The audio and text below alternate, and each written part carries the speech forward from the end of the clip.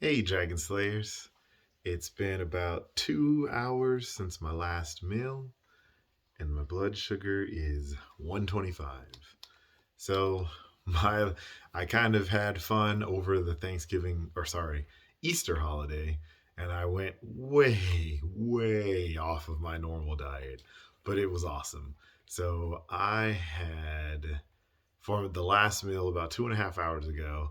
I ended up having, because I was on my way back from break. So I stopped and I had a burger with half a bun, and then I had a patty melt, and I ate the whole thing with the Texas toast.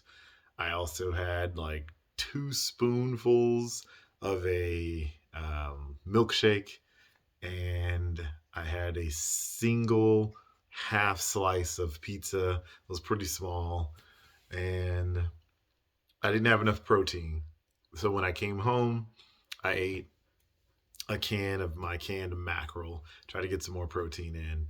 But overall, I had a fair amount of carbs, probably 75 to 100 grams. And yeah, I went for a 30-minute walk, and that's where we are right now. So today's video is just a reminder to myself and to you guys that you cannot outrun a poor diet. Contrary to popular New Age beliefs, there is a such thing as good food and bad food. So I would define good food as foods that are low energy, nutrient dense, and bad foods that are highly processed, high energy foods with poor nutrient density. When you think of what is a bad food, it's almost everything on the standard American diet. So all of your fast food is bad food. Almost all of your restaurant food is bad food.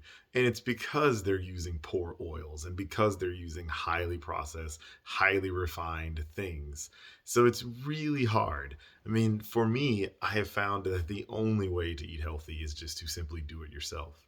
And when you go to a party or you're at the holidays, you're with family, it's hard to stick to any particular diet. This is why I usually take off of my diet when I go on vacation or during the holidays, because it's just way too difficult. And you want to have some flexibility, but you want to jump right back on, right? So you don't want to stay off track for too long because you can start to develop poor habits or bad or unhealthy habits again.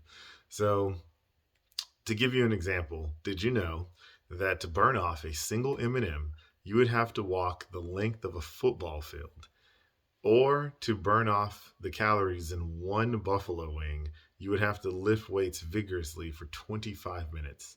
A chicken burrito with cheese, sour cream will cost you 210 minutes of yoga.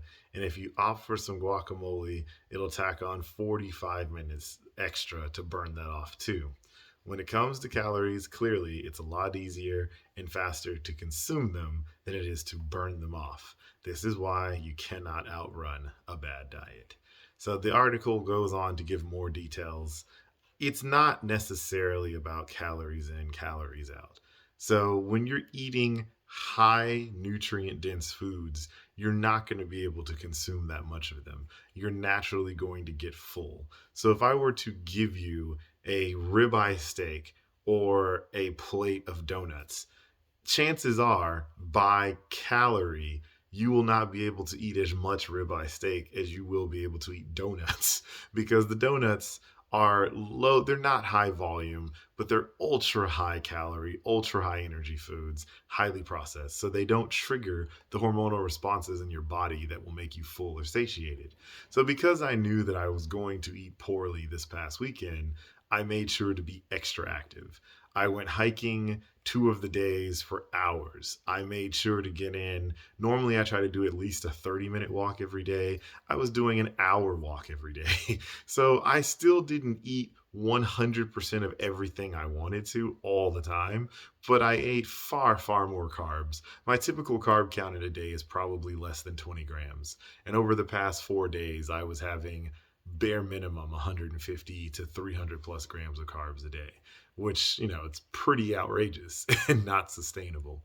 And despite all the exercise, my blood sugar was still higher than it normally would be. I mean, you see the effects if you guys have been watching the channel for any length of time. So, this is a reminder to you all and a reminder to myself as well that you cannot outrun. You cannot out exercise a poor diet.